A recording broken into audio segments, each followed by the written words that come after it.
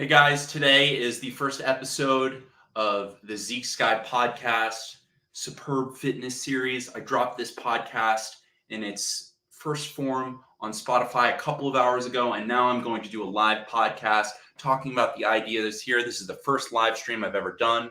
Thank you for joining me. So many of you will be familiar with a lot of the stuff that I'm going to talk to you about here, but it's worth having some background and some knowledge on the things we're going to talk about in this series. It's going to be a lot, and we're going to start from the beginning. So we humans are hominids, okay? And we split from our closest primate relatives, that would be the chimpanzees and the bonobos, about 6 million years ago.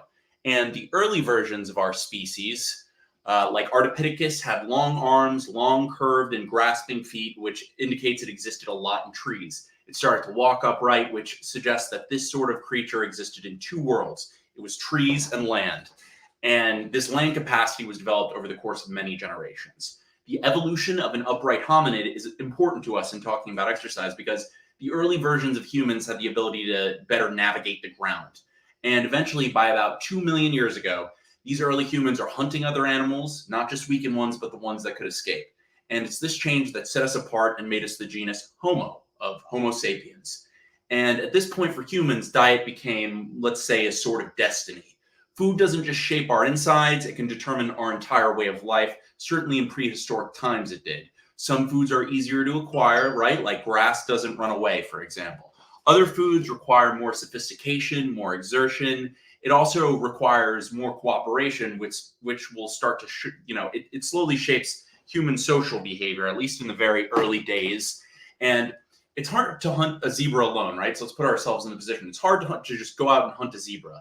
And it's hard to really cash out on all the meat it provides. So hunting and gathering places a premium on both human intelligence and cooperation, and it shaped the way humans looked, felt, and acted.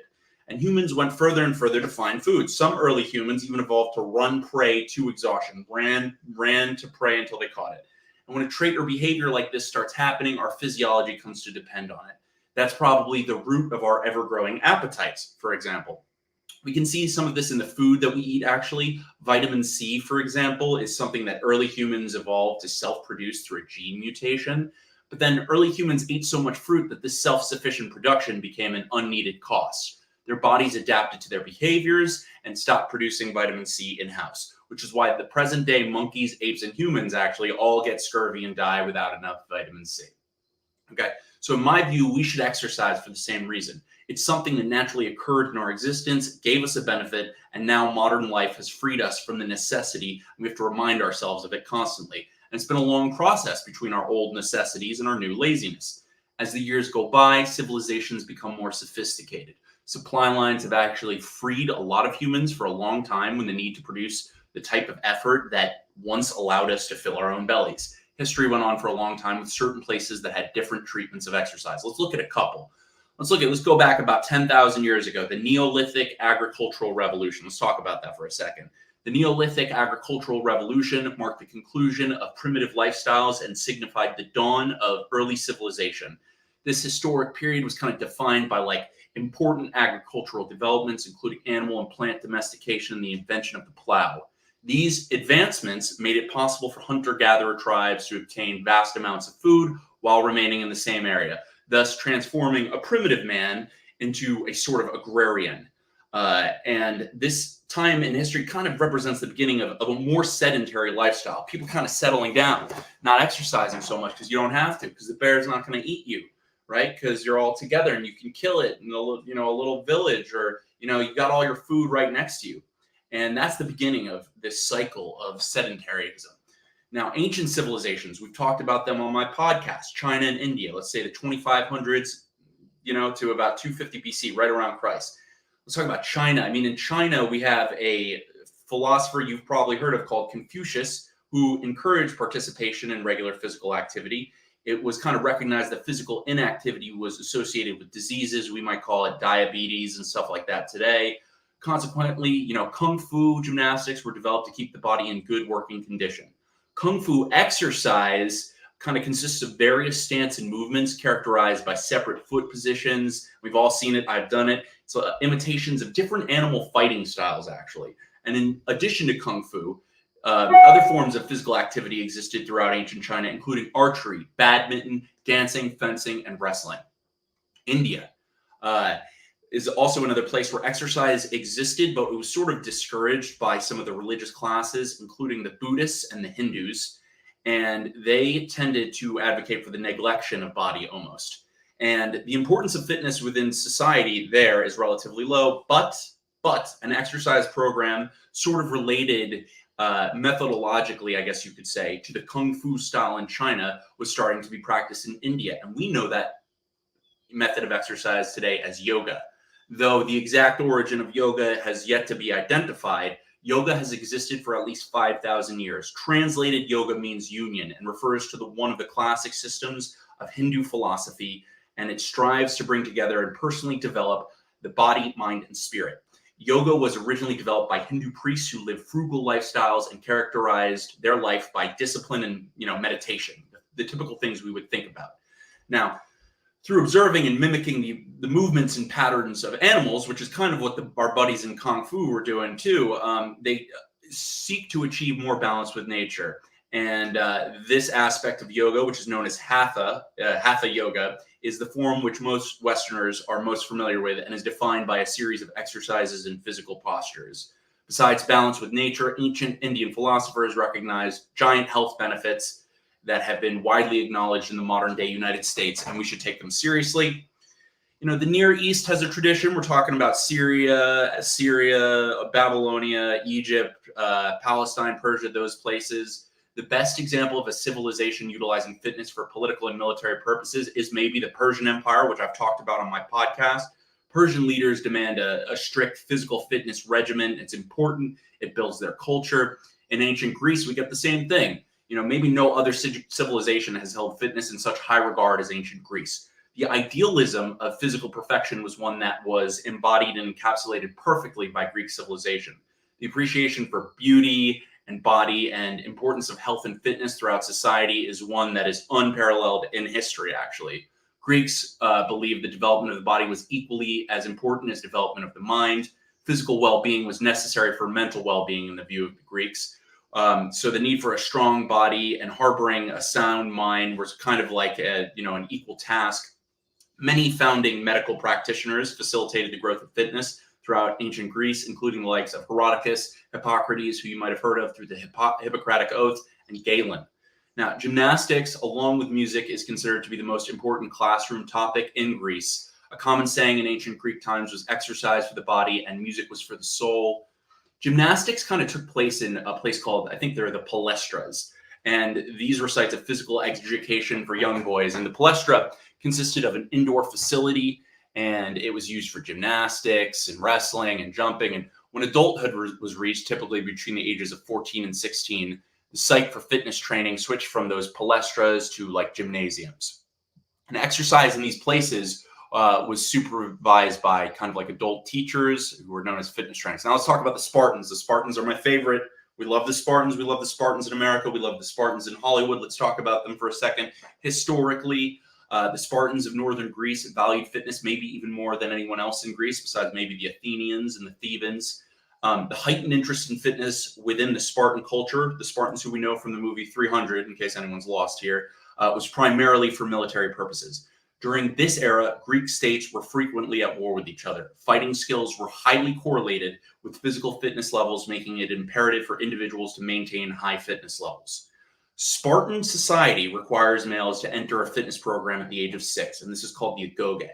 From this point until childhood, the government is responsible for the child's upbringing and training. This upbringing consisted of rigorous training programs that ensured that basically all boys would grow into adult fit soldiers. Females were also required to maintain some amount of good physical condition. Now, the Romans, who we also know, hopefully, were sort of in the middle. They had times where they really advocated physical fitness, and they had times where they didn't. And coincidentally, the times where they're conquering the world, they really are big on the physical fitness. And when they're enjoying the spoils of war, they're kind of not so big on it. The Dark in the Middle Ages, which is kind of, we're talking about the period between about 500 and 1,000 years after Christ, shows the crumbling of the Roman Empire. That's the main thing historians talk about. They also, there's actually a golden age going on in the East, but no one talks about it. But it symbolized the beginning of a millennium of sort of an intellectual standstill, at least in Europe. These circumstances were beneficial with respect to fitness, actually, because the lavish lifestyles were just completely wiped clean. The barbaric tribes from Northern Europe possessed similar characteristics to primitive people. Their lifestyle consisted of hunting and gathering food and sort of tending to the cattle. We can learn a lot of lessons here. I think the history of fitness portrays a lot of themes that we can use in our day-to-day life. The mind-body concept has a very, very tenuous and strained relationship in modern civilization. One of the things that history is useful for in looking at exercise is looking at the concept of body and music for the soul. Present-day fitness programs have evolved the concept harmoniously. We see that in like step and some classes of Pilates. But what is the state of fitness today, really? Let's talk about that for a second, because it's a kind of scary sight. There's never been more opportunity to get fit today. There's about 115,000 gyms in the United States of America. The U.S. fitness industry is expected to be valued at around $33 billion in the year 2023, and about 40% of Americans have gym memberships, and the industry is expected to grow. What results are we actually getting for that, though? Well, we have an obesity rate of 41%, 41, and the annual healthcare cost of that, I think, is like something like $150, $160 billion. Think about that for a second. Almost half the population goes to the gym, but half the population is still obese. And the cost of our obesity is something like 4 times what the actual current value of the whole fitness industry is, which means that in a sane world, we should expect the fitness industry to grow, of course. But digging into the issue here, it can't just get bigger. It has to get smarter, which is an interesting metaphor for exercise. Well, what does a smarter fitness industry look like? How do we get better results to people who want to look, feel, and perform better? I think we have to look in 2 places. First and foremost would be science. The volume of scientific papers that have been written about exercise has exploded in recent memory, and it's on us to use those resources, and we can use them very effectively. The second is a spiritual question. Why is it that we have forgotten our instincts towards physical prowess? And what is actually being manifested through the population that is using exercise? I think, as we're going to see, the fitness industry is mainly dominated by people obsessed with purely aesthetics, and that's probably why a lot of plans fail.